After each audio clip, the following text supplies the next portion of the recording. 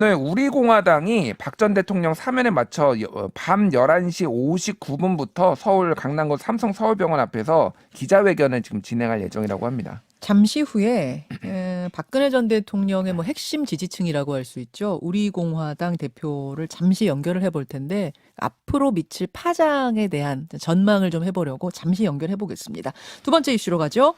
교체가 필요해. 어제 교체가 필요해.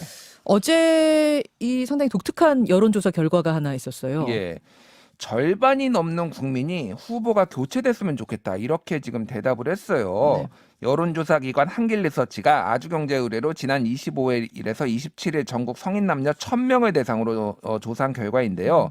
이렇게 물어봤습니다. 현재 여야 대선 후보의 교체 필요성에 대해서는 어떻게 생각하십니까? 그러니까 56.6%가 필요하다. 36.4%가 필요 없다. 이렇게 얘기를 했어요. 네. 눈에 띄는 거는 정당 지지자별 응답인데요. 전체적인 응답률은 그렇고 응답은 예, 그렇고 이것을 누구를 지지하느냐를 가지고 좀 세밀하게 분석을 해보니 예, 그러니까 정확하게는 어느 정당을 지지하느냐 네. 이거로 이제 분류를 해보니까 국민의힘 지지자가 70.4%, 민주당 지지자가 35.7% 후보 교체를 원했습니다. 박근혜 전 대통령이 돌아오는 밤 0시 사면됩니다. 찬성, 반대, 목소리는 엇갈립니다만 찬성파든 반대파든 박 전 대통령의 행보가 대선판에 어떤 변수로 작용할지 주목하고 있다는 점에서는 일치합니다. 자, 박근혜 지킴이를 자처해온 분이죠. 조원진 대표를 잠깐 연결해서 박 전 대통령의 행보를 미리 예상해 보겠습니다. 우리 공화당 조원진 대표 연결이 돼 있습니다. 조 대표님 나와 계십니까? 네, 오래간만입니다. 예. 석방의 주된 이유 중 하나로 이제 건강 문제가 거론이 됐는데 지금 네. 박 전 대통령 건강 상태는 어떤 걸로 알려졌나요? 지금 그 사면심의위원회에서 다 사면에 대한 동의를 했다는 것은 예.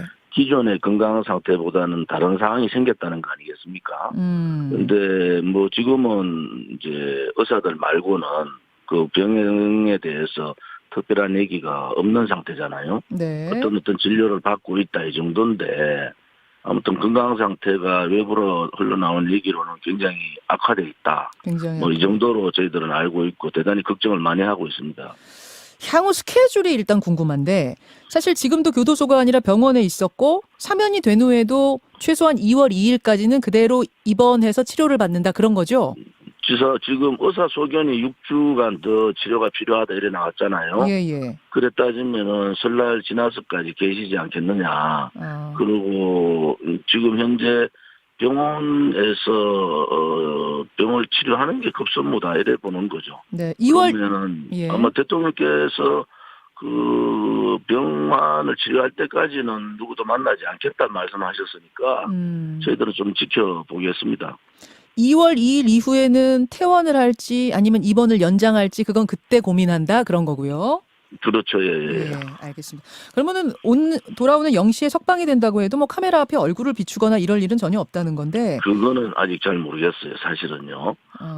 유영하 변호사를 통해서 지난번 같이 대리로 어떤 입장을 밝히실지 그 내용은 아직 밝혀진 게 없고요. 아무튼 어제부터 주변에 이제 축하 화환이 들어오기 시작했는데 아마 1000여 개 이상이 들어올 겁니다. 어제 한 600개 정도 들어왔다고 그러더라고요. 네. 3월 9일 대선 전까지 어떤 메시지를 내지 않겠는가 뭐 이런 이야기도 나오고 내지 않을 것이다라는 관측도 나오고 어떻게 알고 계세요? 지금 그것은 박 대통령 뜻 아니겠습니까? 그런데 현재 상황에서 정치적인 면으로 상당히 고여가 있는 상태인데 윤석열 후보가 지금 입장의 스탠스를 그대로 가져가면은 아마 메시지를 아예 안 내실 가능성이 더 높지 않느냐. 침묵을 그대로 일관하게 가져갈 가능성이 높다. 이렇게 보고 그래 되면은 윤석열 후보 쪽이 굉장히 곤혹스러울 겁니다. 지금 침묵을 유지하면은 곤혹스러울 거란 말씀은 뭘까요? 침묵을 유지하면 곤혹스럽다? 그것은 뭐 당연히 뭐 박근혜 대통령께서 예를 들어서 뭐 이재명 후보를 도와줘라 이런 얘기는 안 하실 건데 그런 입장을 밝히지 않고 침묵한다는 것은 아무튼 윤석열 후보에 대한 대단한 그 여러 가지 복잡한 문제를 내놓는 거 아니겠습니까, 그죠? 오히려 침묵을 통해서 그냥 오히려 윤 후보를 지지하는 거다라고 볼 수는 없는 거예요? 그건 아닙니다. 그거는 지금 정서적으로도 제가 대구 와서 보니까 예. 이게 결정적으로 대통령 건강 악화 문제가 이제 윤석열 후보가 그동안 했던 여러 가지 행보에 그 영향이 있었다 이렇게 보는 분들이 많더라고요. 그러니까 지금 사과도 어정쩡한 사과를 지금 하고 있잖아요. 소임 때문에 했지만은 뭐 인간적으로 죄송하다 뭐 이런 얘기 하는데 정서적으로는 그런 상태가 아니에요. 지금 대구 분위기나 경북 분위기는. 박 전 대통령의 병명이 밝혀지면 윤석열 후보에게 책임이 갈 거다 이런 이야기를 얼마 전에 조 대표께서 하셨더라고요. 그건 뭐 당연하지 않겠습니까? 그 검찰 특검 상황에서 45년 구형을 했고 또 하루에 10시간씩을 이리 끌고 저리 끌고 다녔잖아요. 그다음에 그때 아파서 2번씩이나 형집행정지 신청을 했는데 거부당했단 말이에요. 그다음에 뭐 이쪽 분위기에서 가장 또 한 것은 지금 가실 곳이 없다 이런 기사가 계속 나니까 그 책임이 누구냐. 자기가 검찰총장하고 3일 전인가 할 당시에 3일 전에 내곡동 사죄를 공매시켜버렸다 하는 그 부분에 대해서 굉장히 분노하고 있더라고요. 네. 대구 여론이 끓고 있다. 네네. 그 말씀이고 이즈음에서 박근혜 전 대통령이 메시지를 내서 아니다. 그럼에도 불구하고 윤석열 후보에게 힘을 모아줘라라고 하면 모르는데 가만히 침묵을 지킨다고 하면 윤 후보에겐 불리할 수밖에 없다라는 말씀이세요. 침묵은 지키고 있는데 박근혜 대통령의 병환이 굉장히 안 좋다. 이렇게 나올 경우에는 그거에 대한 직격탄은 윤석열 후보가 맞을 수밖에 없다 이래 보는 거죠. 그렇게 지금 의견을 하시는 거군요. 근데 이게 문재인 대통령이 박근혜 전 대통령을 특별 사면한 게 곧 무죄를 의미하는 건 아니지 않습니까? 다시 말해서 국정농단 사건에 대한 철저한 수사는 수많은 국민들이 요구했던 거고, 그래서 검찰은 수사를 했던 거고, 국회는 탄핵을 합의했고, 법원이 최종 결정한 거 아니겠습니까?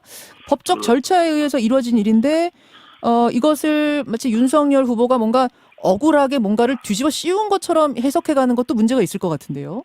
그거는 그런데 사실 내용을 보면 제가 국회에 있을 때요. 반대 의견 그 발언을 신청했는데도 거부됐거든요. 대통령을 탄핵 소추하는 과정에서 토론 절차도 발언 절차도 다 막아버렸어요. 국회에서요? 절차상의 문제고요. 그건 국회 기록에 다 나와 있단 말이에요. 그다음에 지금 헌법재판소에서 전체 60만 페이지 중에서 45만 페이지만 공개됐고 15만 페이지는 공개가 안 됐어요. 여기는 그런 헌법재판소의 지금 내용들, 뭐 우리 자문 변호사 중에서도 헌법재판소에서 탄핵 변호사가 있단 말이에요. 그런 분들 얘기, 또 형사재판 과정에서의 문제, 이런 부분들이 다 종합하고, 그다음에 우리가 실질적으로 묵시적 청탁이라고 할 때 굉장한 법조계에서 반발이 심했지 않습니까? 알겠습니다. 여러 가지 상황으로 봐서 지금 이 법적 절차가 제대로 밟고 갔느냐, 혹은 실질적으로 박근혜 대통령이 45년 구형을 받고 22년형을 살아야 될 정도로 중죄를 지었느냐, 뭐 이런 부분에 대한 여러 가지 생각들이 다를 거예요. 그러니까 이른바 박근혜 대통령의 핵심 지지층, 뭐 태극기 세력이라고도 흔히들 부르는 그분들 입장에서는 지금 이 탄핵 자체를 여전히 인정하지 못하고 있다, 지금 그 말씀이신 거예요. 근데 뭐 여기서 그래서 그 문제는 법적 문제는 다시 재심 과정을 통해서 법적 문제는 다시 다뤄야 될 상황이고요. 또 이제 명예회복 부분에 대해서는 이제 그 탄핵 과정의 여러 가지 상황들을 이제 다 드러내야 된다. 그러면은 국민들이 그때 다 가졌던 감정하고 이후에 다 나오는 감정하고는 다를 거다, 저희들은 확신을 하고요. 당시 광화문에 모인 누적 인원만 1,600만 명입니다. 전국으로 하면 더 많고요. 그래서 뭐 이것을 국민들의 그 분노가 하늘을 찔렀던 상황인데, 그런데 태극기가 그 당시에 태극기가 더 많았다는 것은 동의하세요? 태극기가 더 많았다. 그건 뭐 제가 지금 태극기 수가 얼마였고 국민 수가 얼마였는지 그걸 지금 이 자리에서 비교할 건 아닌 것 같고요. 그 촛불을 얘기하면은 태극기 숫자도 얼마나 왔다는 걸 얘기하시는 게 맞잖아요. 정평성으로, 그죠? 얼마나 됩니까? 태극기 세력에서. 숫자가 3월 1일만 나온 것만 해도 300만이 나왔어요. 300만이 나왔다. 알겠습니다. 하루에. 자, 조 의원님. 지금 뭐 네네. 입법기관과 사법기관에서 최종 결정이 나고 이제 사면까지 된 상황에서 여기서 다시 그것을 탄핵이 옳았느냐 그러냐를 토론하는 건 맞지 않을 것 같고요. 우리가 궁금한 건 그래서 대선판에 미칠 영향, 이제 파장에 관한 부분인데 그 지금 말씀하시는 거는 이제 윤석열 후보에 대해서 박근혜 전 대통령의 서운함이 여전히 남아 있을 것이다. 그렇게 보고 계시는 거예요. 근데 뭐 그거는 뭐 당연하지 않겠습니까? 그 반대 전망도 있습니다. 지난 총선을 돌이켜 보면 박근혜 전 대통령이 옥중 메시지를 그때 내놨어요. 뭐였냐면 지금 국민의힘의 전신인 미래통합당, 그 당시 미래통합당이죠. 미래통합당 중심으로 보수가 단합해야 한다. 그러니까 태극기 집회를 주도했던 우리 공화당을 밀어줘라가 아니고 제1야당 중심으로 뭉쳐라 이런 메시지를 내놓으셨던 건 어떻게 해석해야 될까요? 그럼 제1야당 문제하고 윤석열의 문제는 다른 겁니다. 윤석열 제1야당은 황교안 대표를 중심으로 한 거고요. 윤석열이 문제는 직접 당사자잖아요. 이게 대통령 선거잖아요. 예. 그렇기에 그 제1야당을 밀어주라 하는 것도 그 당시에 메시지는 바깥에 있는 태극기 세력까지 다 껴안아서 가라 이런 입장인데 그 메시지가 나오자마자 그다음에 미래통합당에서 바깥에 있는 세력들을 다 발로 차버렸다고요. 거기서부터 문제가 발생한 거 아닙니까? 그러니까 제1야당의 상황과 총선 때 상황하고 지금 윤석열의 개인적인 직접적인 대통령 선거의 문제와는 대단히 다른 차이가 있는 겁니다. 다른 차이가 있다. 그러면은 그 양강 박빙 경쟁이 이제 벌어질 경우에 3월 9일까지 여야 양강이 박빙으로 대결할 경우에는 이른바 박근혜 전 대통령의 핵심 지지층은 윤석열 후보보다 이재명 후보 뽑는 겁니까? 이재명 후보를 도와줄 수는 없죠. 단지 하나 지금 뭐 저는 솔직히 말해서 양당 다 선수 교체가 맞다 이래 보는데 지금 여러 가지 두 후보의 문제점이 대단히 크게 발생하고 있잖아요. 그래서 제 개인 입장에서는 더불어민주당도 국민의힘도 후보를 잘못 뽑았다 이런 생각을 갖고 있고 양쪽 다. 네, 그래서 저는 특검을 쌍거리 특검으로 하자. 그래서 양쪽이 좀 우리 상설특별법에 의해서 한 7일 정도 하면 특검이 가동되거든요. 그러면은 이 50일 정도 지금 본격 선거 들어가고 등록하기 전 후보 등록하기 전 한 50일 남아 있는데 이 동안에 특검을 통해서 다 밝혀보자. 예를 들어서 범죄를 저지르는 사실이 있으면 후보 갈 수 없지 않습니까, 그죠? 그러니까 그런 부분에 대해서는 빨리 특검을 양당에서 미룰 게 아니고 받아야 된다. 그다음에 지금 뭐 양쪽 후보 모두 다가 공이 50% 이상이 선수 교체라는 거 아닙니까, 후보? 뭐 여론조사 결과가 그렇게 나왔죠. 그렇게 나오고 윤석열 후보는 더 크게 나온단 말이에요. 그러니까 이러한 여론조사가 연세 드신 분들 상황보다는 젊은 사람 쪽에서 그게 훨씬 더 높게 나온다고요. 그러면 이 부분에 대해서 어떻게 할 거냐. 만약에 박스권에 갇혀가지고 지는 상황에서 대통령 선거를 그냥 밀고 간다. 이거는 맞지 않다고 보거든요. 70일 남았는데 오늘 정확히는 69일 남았는데 후보 교체라는 게 가능한가요, 현실적으로? 후보가 사퇴하면 교체하는 거죠. 후보가 사퇴해야 된다? 후보 스스로가 법적 문제가 있다든지, 뭐, 윤석열 후보로 따지면 공정과 상식에 굉장히 원하는 상황들이 또 나타난다든지, 혹은 이재명 후보의 여러 가지 지금 오역 사건들이 진실로 밝혀진다든지, 뭐 그런 증거들이 나오기 시작하면은 본인 스스로가 밀려서라도 후보 사퇴할 수밖에 없잖아요. 알겠습니다. 그런 주장을 하고 계시는 상황. 그 선수 교체를 한다 그러면은 이제 이른바 보수 진영에서 선수 교체를 한다 그러면 누구로 돼야 된다는 주장이신 거죠?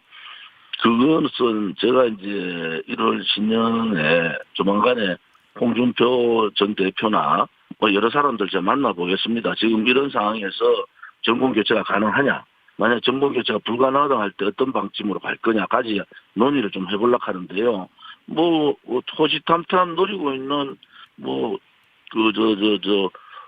청문 홍답 그분도 계시잖아요. 홍준표 의원이요? 여러 가지 대안들이 있다 저는 봅니다. 뭐 여러 가지 대안이 윤석열보다 뭐 나쁜 대안은 아니다 이렇게 보거든요. 저는.